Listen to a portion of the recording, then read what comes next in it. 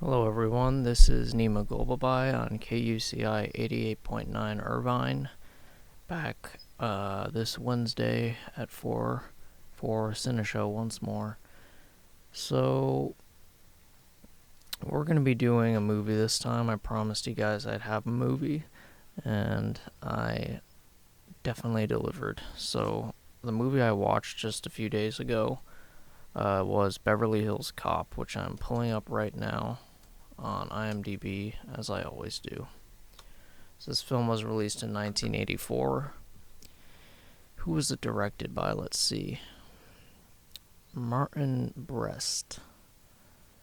Let's see what other films he's made. Okay, he did Scent of a Woman, which I've actually never seen, but it's definitely in my list. I own it, in fact. Beverly Hills Cop is a really good movie. I'd probably give it like an 8.5 probably out of 10. The best thing about the movie is probably the characters. They're all like really likable characters.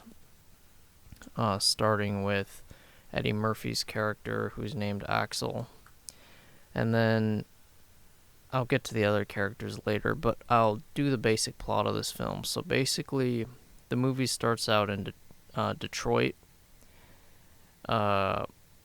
which is, he's sort of like an undercover cop that's busting like a smuggling of, I think, like illegal cigarettes. And then the movie starts out with a chase.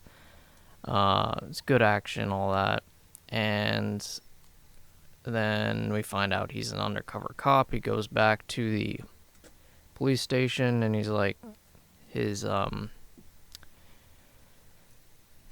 police chief is like, okay, you messed this whole thing up. We put you in there. We wanted it to be clean, but you turned it into this huge spectacle, and you just gotta basically just stay out of the action for a bit. You're basically he gives him like one more strike and you're out, I guess, is how I should say it. So he takes that and he goes back to his apartment.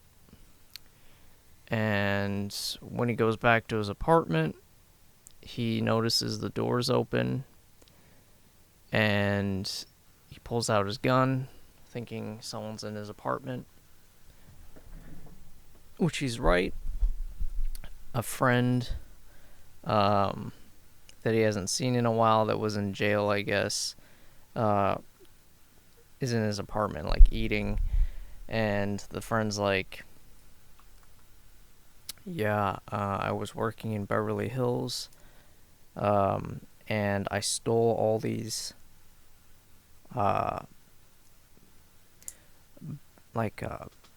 I don't know what you call them, but they're bonds, but I don't know what the papers are called. Like, basically certificates of the bonds that are worth about $10,000 each, and he's got like 20 of them or something. So he stole this from his old employer. He was working as a security guard.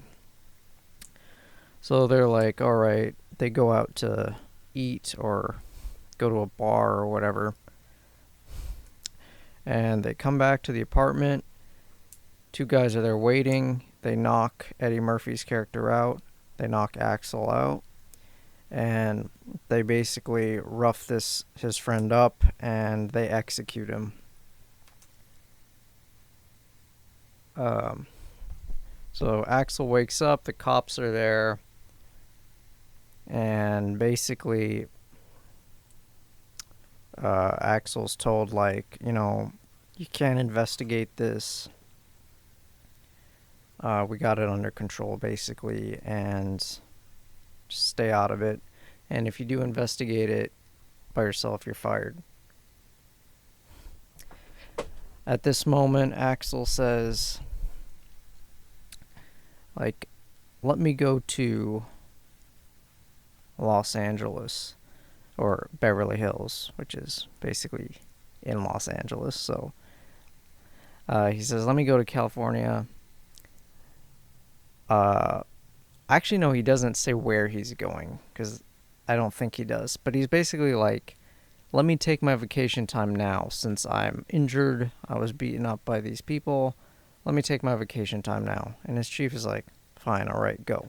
So he goes to California. He goes to Beverly Hills. And he meets up with this old friend, this woman that knew his friend that was murdered. She basically fills him in, like, essentially he was security guard for this art dealer guy who's like a respected businessman named Victor Matland. And he basically deals in art. And yeah. So he goes to this guy's office, and it's quite a good scene. He's like definitely like in control type of guy. He's got kind of like a mob feeling. He's a foreign person. He's like German. And yeah, they basically like try to intimidate him, and they throw him out of a first story window. And they basically say that he broke in, and they fabricate some stuff and tell the cops. And basically Axel goes to the Beverly Hills Police Department, where they do find out he's a cop. Now I should say, the villain character is a very good villain for like one of these more lighthearted comedy movies. He's a good villain. The actor playing him is really good.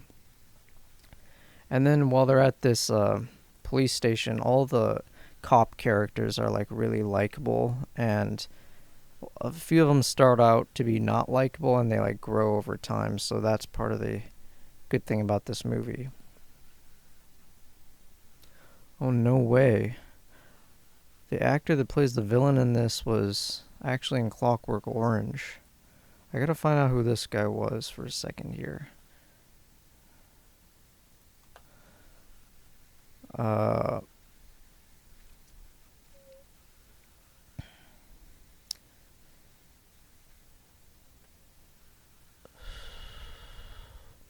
Anyway, so the cops are... Oh, I see who it is. Okay. It's sort of like an extra character from Clockwork Orange. Okay. Well, that's pretty cool. Anyway, he's a good actor. Anyway, so they're at the police station, and they basically find out he's a cop from Detroit, and they're like, what are you doing here?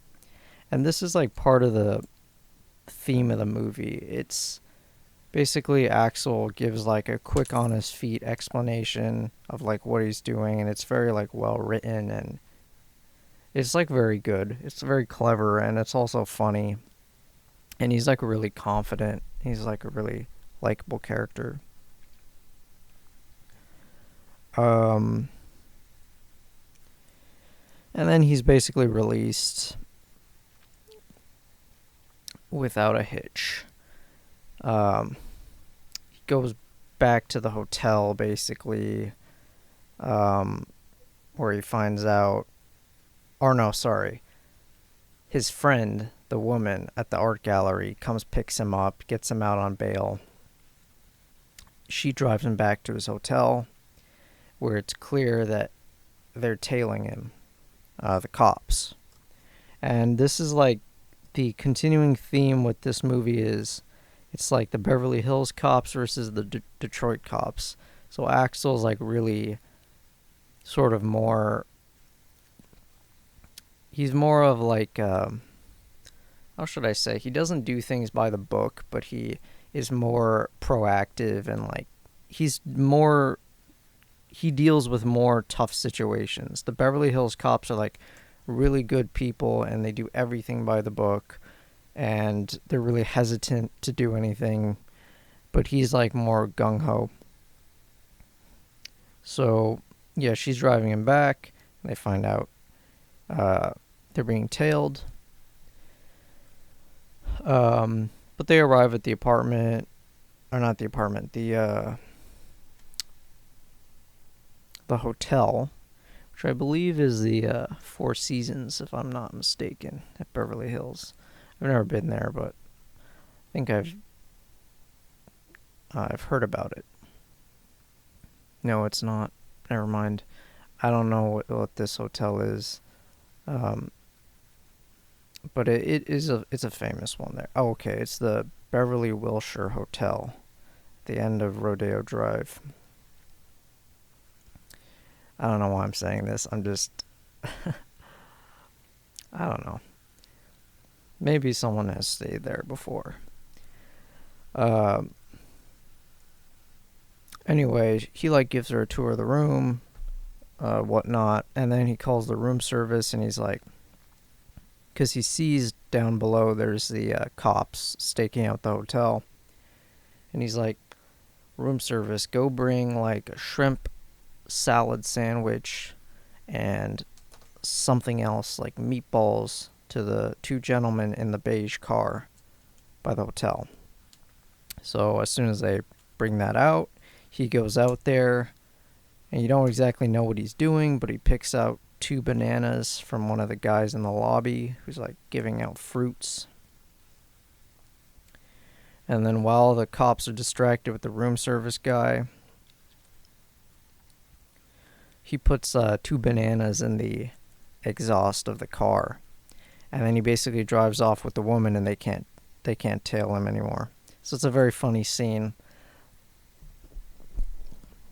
And these 2 cops in particular are the ones that you grow to like throughout the movie. There's one that's like really dorky and kind of like dumb and weak.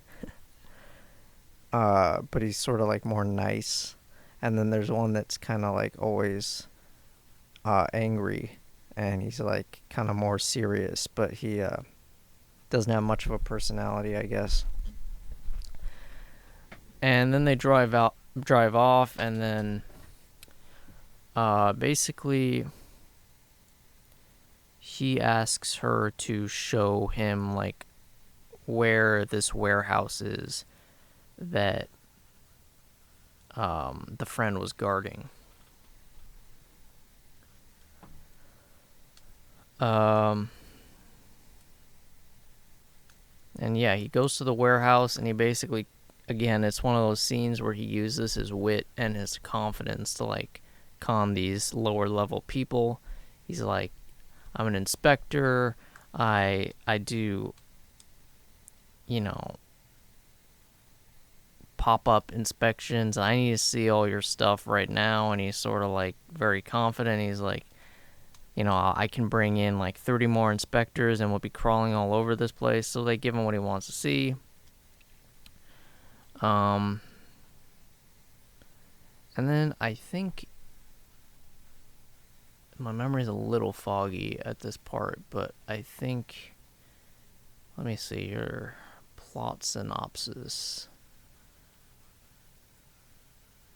Alright, here you go. I found the part. So after this, Axel returns to the hotel, and then he sees the cops there, and they're very like irritated with him. And oh yeah, I remember this part. This is a cool part. This is one of my favorite parts of the movie, actually. Basically, he's like, sorry fellas, I had to do it. But he's like, let's make up. We can go to someplace classy, because they don't want to drink alcohol or whatever. And he was lying to them, and he takes them to a strip club, basically. And yeah, they're like talking and whatnot. It's all very funny. It's a good scene. I like it a lot. And then like 2 men with trench coats come in, and they're clearly sort of out of place. And this is another part where Axel like shows his more like gritty sort of street smarts compared to these other cops that aren't really used to dealing with this sort of thing. Like he sort of immediately sees that, something's out of place. Like 2 men walk in with trench coats, but it's like summer and it's hot outside or whatnot. So basically This is a good scene where they take down the guys, and they basically get taken in to the police station because they just apprehended people. And Axel comes up with this whole story about how it was the cops' credit to how they busted these guys, and they're all amazing cops. But then sort of the more serious cop is like, no, sir, that's not what happened. It was all Axel. So basically, the point of this scene is twofold, which is the best thing about this movie is, like I said, the likable characters and like the growth of the characters. So basically, it's showing that, first of all, these cops, they're like really honest and dependable. But it also, like, it's the first scene where the cops sort of gain a respect of Axel because he's clearly very talented and he also stands up for them. And also the police chief is somewhat like impressed with this. But this is a very good part of the movie. I really enjoy. It's a very good movie, I have to say. I like it a lot. So the next scene, I'll go over that at the end. I'll tell you a bunch of stuff. But so next part of the movie, let me just read here.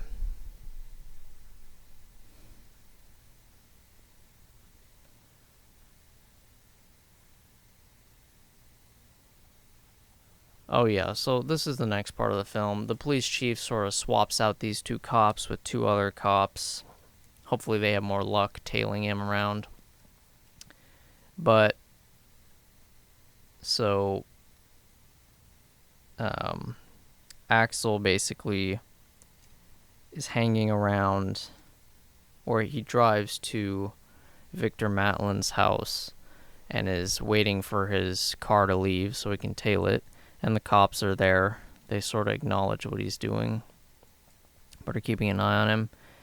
But in like a little sort of clever car chase, Axel is freed of the cops, and he tails Victor Matland and his sort of bodyguard to like this sort of like country club thing.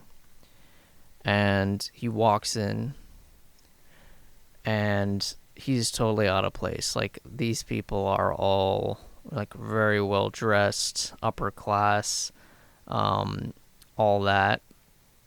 And he puts on a little disguise of I can't even say it, but it's really funny. He let's say he reveals, or to like the guy in the lobby, he's like, I gotta tell Matlin something, but he makes it like super sus and embarrassing, let's say. I don't think I can say it on air. And he basically gets in because the guy doesn't want to go tell this to his face. He gets in and he makes a scene, and he directly accuses Victor of murder, and Victor is very strong, and he's like, you don't know who you're dealing with. It's a good scene. Like I said, the actor's very good. He sells it. Even though it's a simple villain, it's still a good one. And Axel's arrested again. And then he's taken back to the police station, and hold on. So, sorry, 1 second. I gotta just check one thing. I need to clarify so I get this right.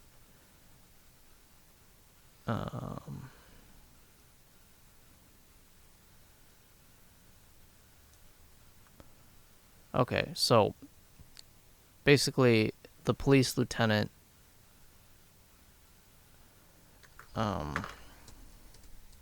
one second, I'm so sorry. Beverly Hills Cop. I just gotta check. Trying to make sure. Okay, yeah, he's the police lieutenant. So the police lieutenant is like, who's sort of like the second highest guy below the chief. Sort of like demands what's going on, because now it's clear that his whole story of just being on vacation and like getting involved with this art dealer is nonsense. So he demands the truth, and Axel finally tells him like his friend was murdered, and while he was in the warehouse, he saw evidence of drug trafficking because there was coffee grounds, and basically that's what they put on top of like drugs or whatever to mask the scent.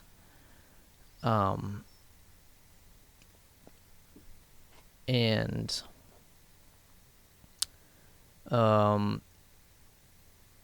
basically he's getting a lot of sympathy from the lieutenant, but then the chief comes and like pulls him aside, and he's like,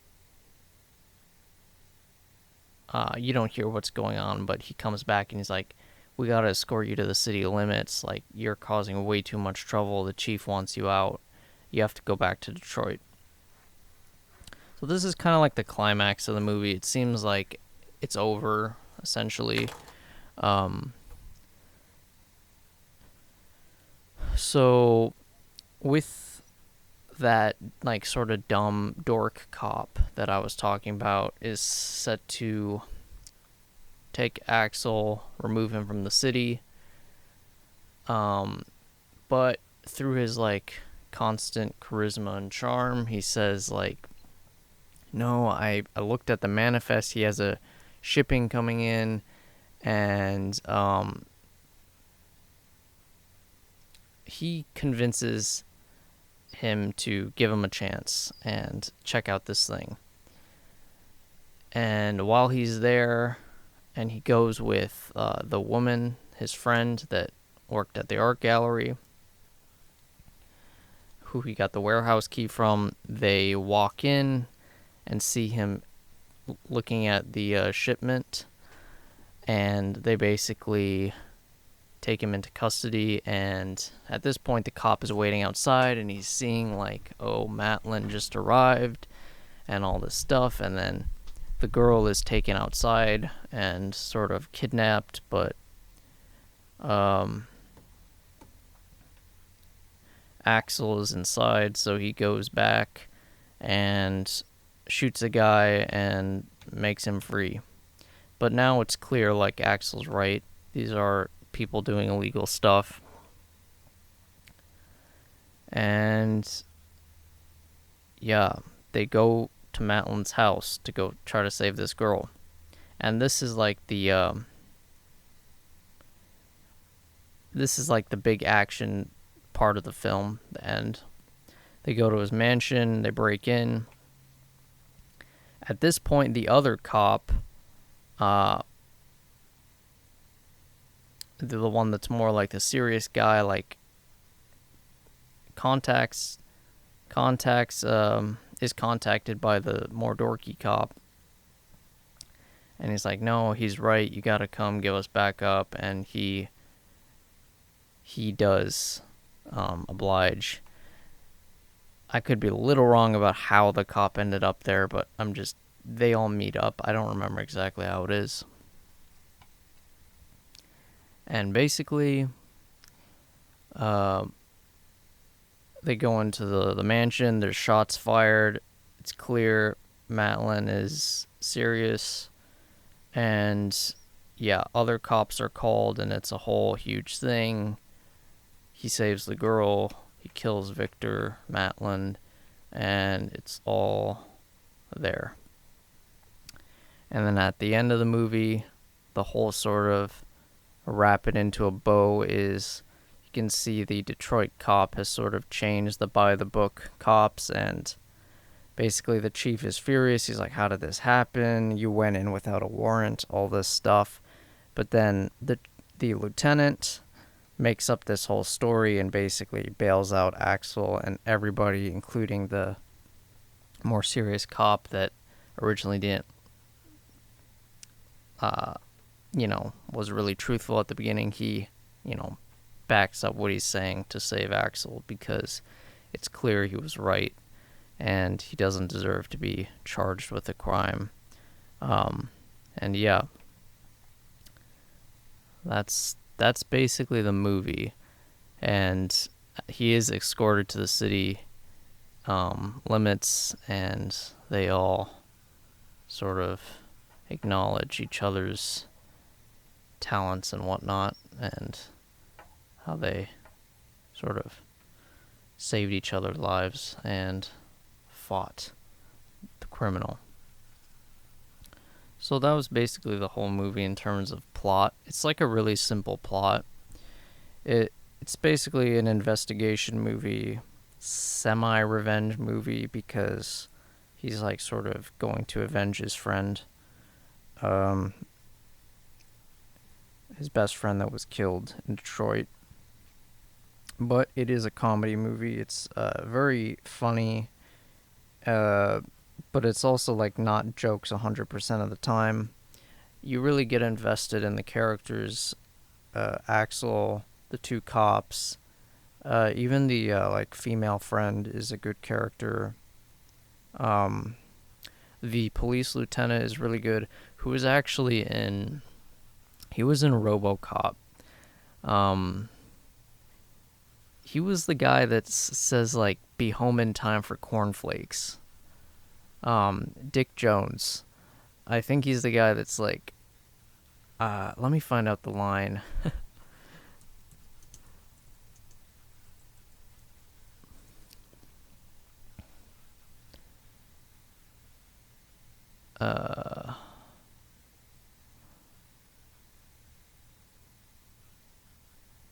Okay, I can't find the line, but he says some line about cornflakes, and then he gets killed.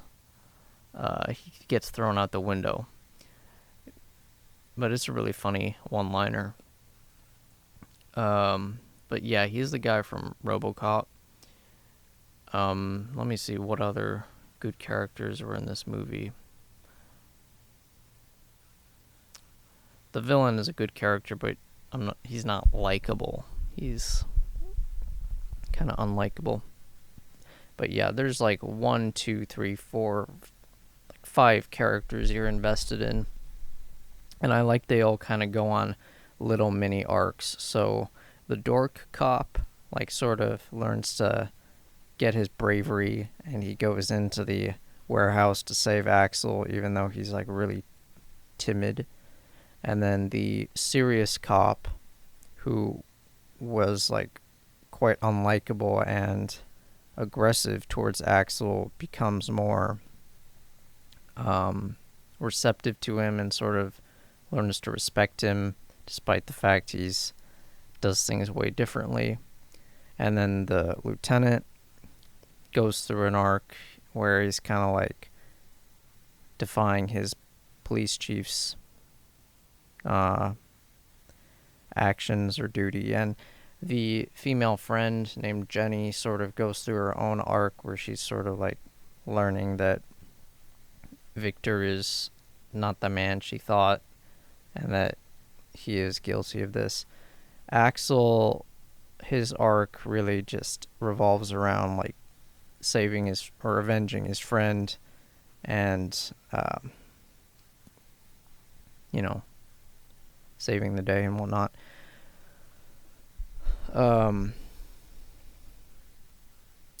What else should I say?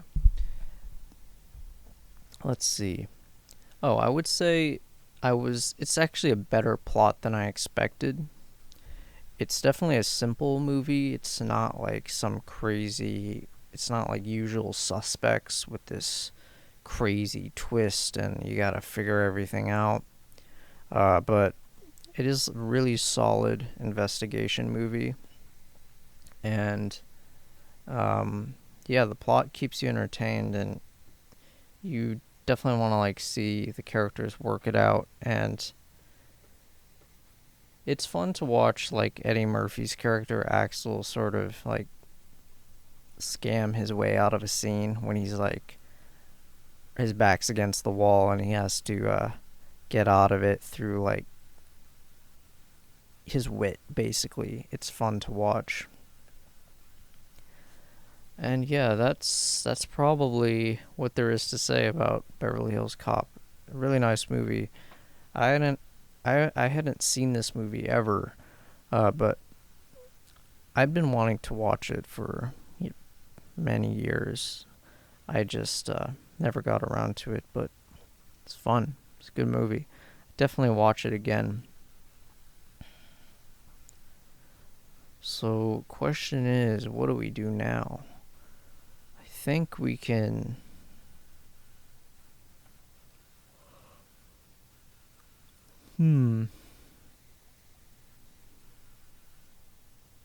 Let's see.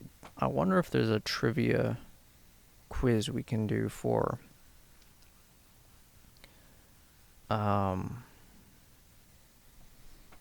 Beverly Hills Cop. Let's try that. Okay.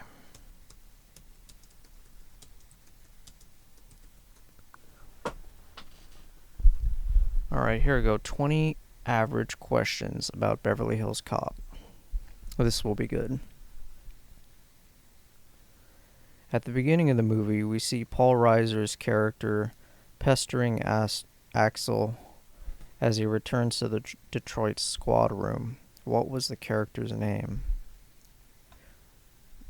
Well, that's pretty difficult.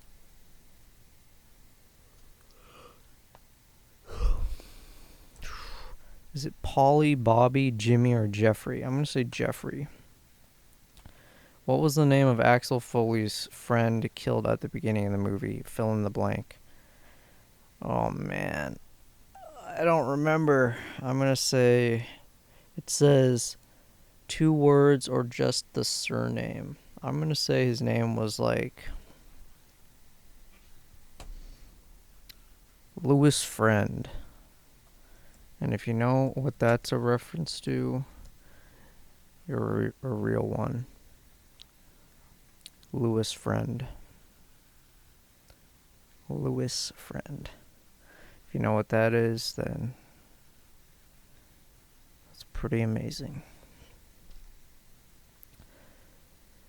What was the name of Foley's boss back in Detroit? Inspector Gilman, Chief Lutz, Inspector Todd, Chief Gill. I'm pretty sure he was the chief, so I'm going to say Chief Gill. One of the items being smuggled by Victor Matlin were bearer bonds from what country? Switzerland, France, Hungary, or Germany? So this is those bond papers I was talking about. So, yeah, the certificate with coupons attached that are used to redeem interest payments. They were from Germany, where he's from, I believe.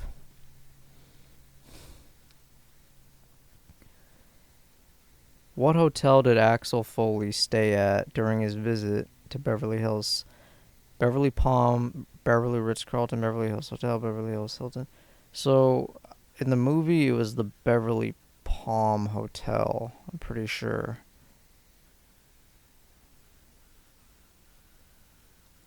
I'm actually, like, almost 100% sure. It's not called that in real life, though. Better name than Beverly Wilshire Hotel. Beverly Palm Hotel sounds better.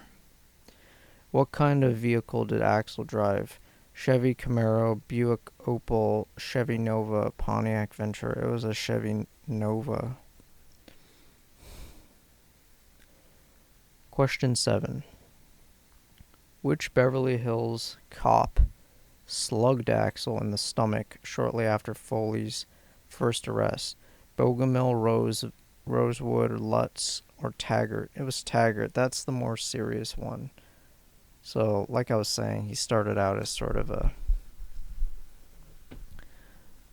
angry character. What name did Foley keep shouting to one of the armed robbers?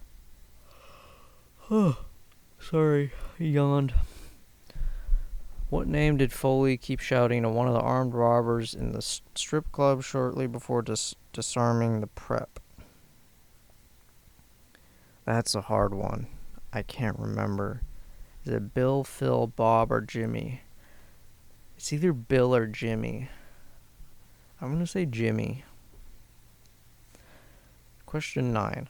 How did Axel disable Taggart and Rosewood's unmarked police vehicles so they would not be able to follow him? Poured sugar in the gas tank, pulled the coil wire, placed bananas in the tailpipe, deflated one of the tires. He placed bananas in the tailpipe. What was the name of the private club that Axel followed Matlin to? Harrow, Ravenite, Beverly Palm, Beverly Hills. I believe it was the Harrow.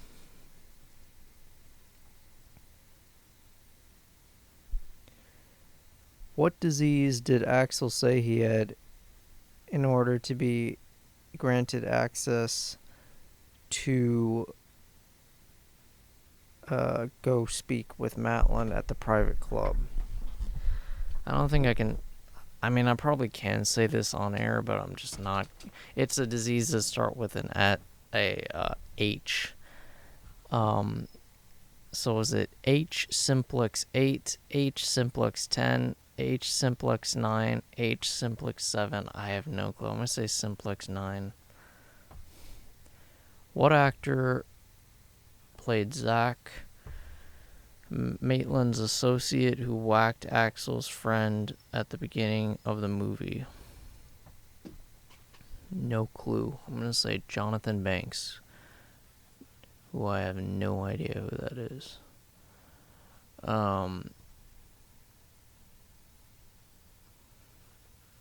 Next question. What did Axel ask the security guard for when approached at the pre-customs holding facility? Knife, lighter, match, or cigarette? It was a match. Number 14. What business other than illegal smuggling was Victor Matlin primarily engaged in? Jewelry, coffee, antique furniture, art. He was an art dealer. Number 15. What was the name of Axel's female friend who worked for Maitland? Susie, Jamie, Jeanette, Phyllis. I thought it was Jenny. So Jenny must be Jeanette. That must be her full name.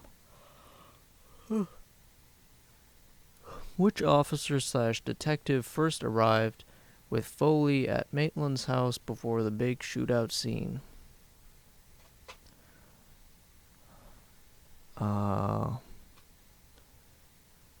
Well, Rosewood was there with him, and then Taggart came. I'm not sure who. I'm going to say Rosewood, I guess, because he was first. Of the following, who was first hit by gunfire during the mayhem that ensued at Maitland's house? Foley, so Axel, Taggart, Rosewood, Bogomil. I'm pretty sure it was Axel Foley. He was the only one that was shot. Both Foley and Taggart fired rounds at Maitland before Maitland finally fell to the ground. True or false? That's false. It was Bogomil. It was the lieutenant. That was his little mini redemption arc. So I'm going to say false. When the police chief arrived at Maitland's house after it was all over, Bogomil made up a story to explain the entire incident. True. At the end of the movie, Taggart tells the desk clerk that the department is taking care of the bill. What did Axel have the clerk add to the bill as a gift to Rosewood and Taggart? Liquor, towels, complimentary dinners, or the hotel robes? He gave them the hotel robes. Okay, that was all 20. Let's see how much I got. So, first question I got right. It was Jeffrey. Oh, Michael Tandino was his friend's name, not Louis Friend. Number 3 I got wrong. It was Inspector Todd That was his boss back in Detroit. Let's see how many I got right or wrong. 1, 2, 3, 4. I got 16 out of 20. That's actually really good. That's 80%. That's pretty impressive. These were hard questions. These were not easy questions. So we got about 20 minutes here, a little less than 20 minutes. I don't know what else to do, frankly. Let's see. I'm just looking at that actor from Clockwork Orange. I'm trying to find exactly who it was, because he's like a really minor extra. I'm pretty sure I know who he is just looking by the picture. It's a much younger version of him. Talk about a great movie, Clockwork Orange. It's the best movie ever made. Have I done that on this show? I mean, I've talked about Clockwork Orange like dozens of times on this show, but I don't think I ever made a full episode of Clockwork Orange. Oh wait, maybe I did. Yeah, I actually did, I'm pretty sure. I actually did some good analysis on that one. I remember. I pried some things pretty deep that I don't think I mean, people talk about it, but I feel like it's pretty good for me. I'm not the most I mean, I do film analysis, but I don't go so deep with the film analysis because a lot of movies are just like feelings at the end of the day. Sometimes you explain a movie so much, you kind of kill it. A good example of that, what's the best? Oh, like a David Lynch movie, for instance. It's 100% feeling. Don't even like bother explaining a David Lynch movie. It's just dumb. But I'm sure there are some nerds that want to like, oh, this is politically significant when David Lynch put this piece of trash next to the garbage can. It means something really significant. Oh, I have something interesting. I actually found out yesterday. I was looking at the KUCI website, and it has like this list of famous people that have been on the network. I'm going to pull that up, and we're going to talk about some of them, because I think this is pretty interesting. Okay, how do I get this? I don't remember where it was. Oh, here, I found it. So, let's first go artist first heard on KUCI before hitting commercial radio. There's some big names here. Blondie, Oingo Boingo, who they have one song that I really like. I'm not going to say it on air. It just sounds too weird. But it's a really catchy song. Devo, I like them too. The Beastie Boys, I haven't really heard them too much. Green Day, U2, Metallica, Guns N' Roses. I'm just reading the ones that I know. Nirvana. Those are all the ones I know, but there's a big list of a lot of bands that were here before they were famous. But look at this list of famous people that were on KUCI. So first one that's really famous is the last premier/president of the Soviet Union, Mikhail Gorbachev, which I actually heard about this a while ago. I don't know when he was on here, but I assume it would be the 80s or the 90s.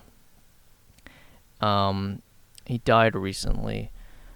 But yeah, for some reason, the leader of the Soviet Union was on here. Honestly, I don't know what he was doing here. That's pretty impressive. Then there's a lot of people I do not know on this list, so I'm just reading the ones I know. This lady I know a little bit about, Janine Garofalo, who I think think she was on SNL. I believe I've seen her comedy. I'm really not a fan of it. She's not funny at all, but I guess some people might like her. John Lovitz, who's also on SNL. Paul Krugman, I know him. I just got to give myself a refresher. Okay, yeah, The Economist. He's a famous economist. Okay, but here's why I wanted to talk about this. David Lynch was apparently on here, and for some reason they put his name twice, so I don't know if that means he was on here twice. But yeah, David Lynch was on this radio station. That would be a dream. Like, he seems so cool in like a weird way. He's so strange, but he seems like such a nice person, and his brain is really interesting. I'd love to have him on this radio station. He posts on Twitter, he posts like weather. Like, he literally does a weather show, even though he's a movie director. He's just a strange guy, but he's awesome. And then we had Ray Bradbury, who made that book, Fahrenheit 451, which honestly wasn't that memorable. I think it's kind of overrated, but, shoot me. Cesar Chavez, Noam Chomsky, who some of you may know. He's this intellectual, left-wing intellectual, who apparently is somewhat on his deathbed, I believe.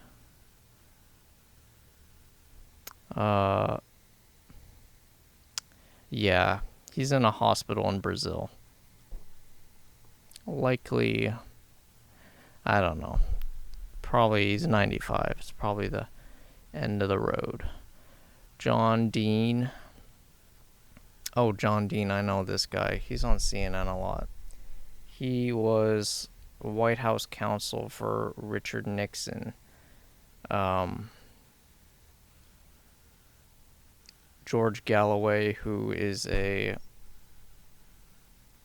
really quite a strange politician. He's like essentially a communist, but on social issues he's like a right-winger.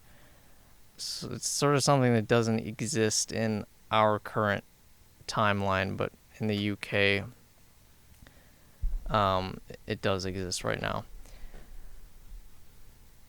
And yeah, he was actually elected to Parliament a few months ago.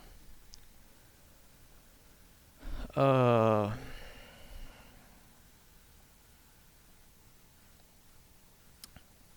think I know this lady. Let me see. Nope, I don't know her. Ariana Huffington, the founder of the Huffington Post, the newspaper. Amy Goodman.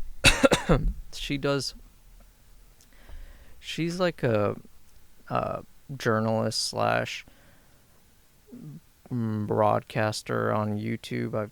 I don't really watch her, but I've seen her. Apparently the Dalai Lama was on this place. See David Lynch, it says it again. Ralph Nader, who ran for president for the Green Party 20 years ago. And Howard Zinn, who wrote a book called A People's History of the United States. I actually read that book a long time ago. But yeah. So this is a pretty serious show. Pretty serious network. Got the best guests. I wonder if any of these people were paid. It's actually an interesting thought. I mean, how much would you have to pay like David Lynch to get him out of bed to go do a show with 21-year-old Nima Golbabai on Wednesdays from 4 to 5? I'd probably pay him like, I mean, I'm a little short on money right now, but I'd pay him a couple $100, but let's check his net worth. Let's see. He seems like a guy that would do not do anything for money. I don't want to sound like he's a loser, but I just feel like he's wanting to get more money all the time. He's worth $70 million. Let's talk about David Lynch movies for a little bit. He's from Montana, and he's a very sensible man, like a lot of people from the Midwest. Everything about him is just really square, in terms of like appearance and accent, but his actual brain is like out of control. He's got really cool hair. He talks funny in like a Midwestern way, but in a good way.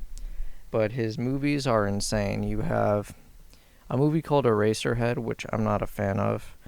However, I've only watched it once, so maybe I could give it another chance, but I don't know. It's kind of a not disturbing movie. I don't want to say disturbing because I wasn't disturbed. It was just, I just thought it was dumb. I don't know why. I could be wrong. Mulholland Drive is a fantastic film. I highly recommend it. Blue Velvet is a really amazing movie. I watched that one twice, I think, or 3 times. A very beautiful film, too. These are all surrealist movies, by the way. They're unlike anything you've ever seen. Then there's Lost Highway, which I would consider the scariest film I ever saw. I saw this movie at like 1 or 2 a.m. Maybe stayed up to like 3 or something, and it freaked me out. I was hearing noises. I thought people were coming up behind me. It's amazing how creepy this film is. It has this guy named Robert Blake in it that is the most awful looking human being. He's just like a monster. He's got these eyes that stare into your soul. It's like a demon. And he's really amazing in this movie, but he looks awful and sounds awful. And then there's Twin Peaks, which I sadly have not seen, but I do think about it a lot. I had my mom watch the show, which I heard people love it, but she didn't like it because it's a surrealist thing. I haven't seen it, but I didn't actually know it would be surrealist, but I should have, because it's obviously David Lynch. Oh wait, but I'm actually forgetting. There's one other movie that I've seen of his. Let me see here. Right. So, wow, he hasn't made a movie since 2006. That's kind of sad. I didn't even think about that. Oh, that's kind of messed up. His last movie was called Inland Empire.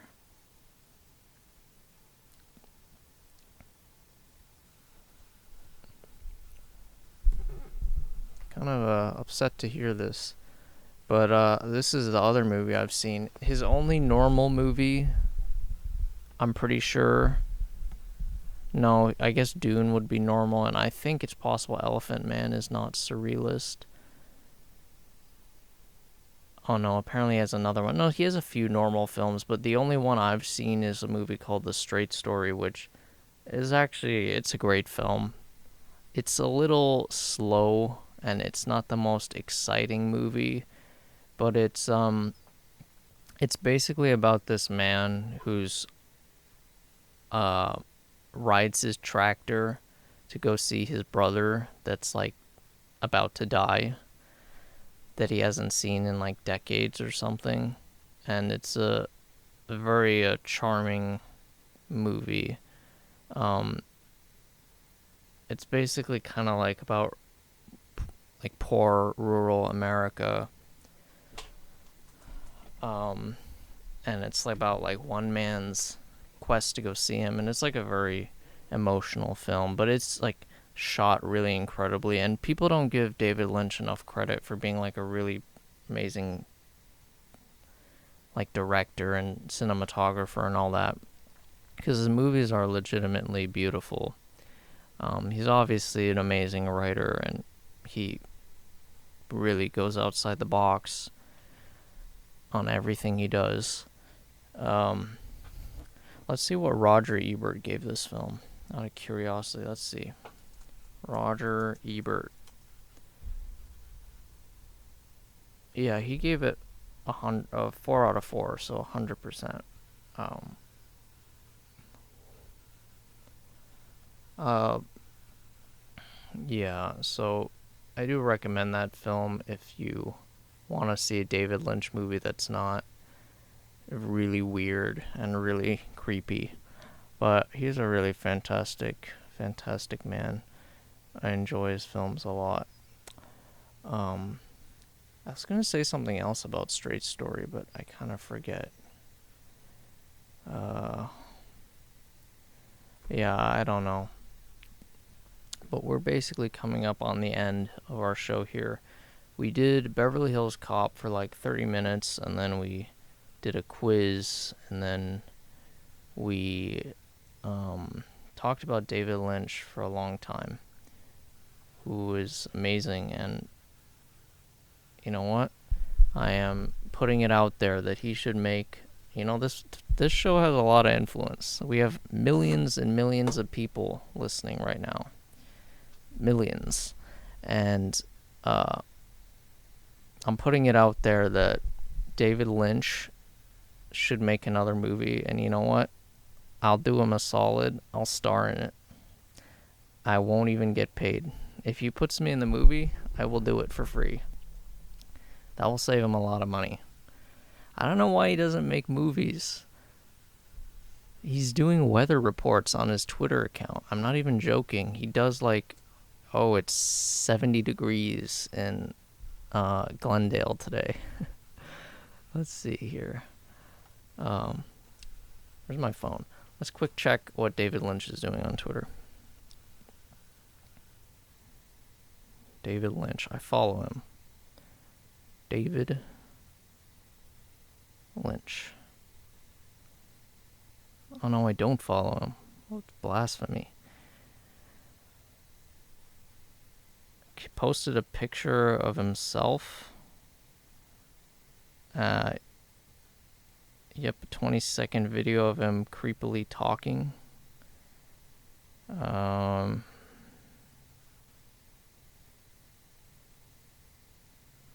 yeah, he barely posts too. Man, I guess he's off the grid. Come back and make movies, David Lynch. I really enjoy your stuff. I don't know why a guy like this stops working. Why do you stop working? Don't stop working. Don't retire. That's nonsense. Especially if you are famous. I mean, I just don't know. How could you retire? You make movies. People want to see your stuff. Don't retire. But apparently, he did work a little bit on Twin Peaks Season 3, The Return. Let's see if that was... let's see here. Was it highly rated or not? I just want to see.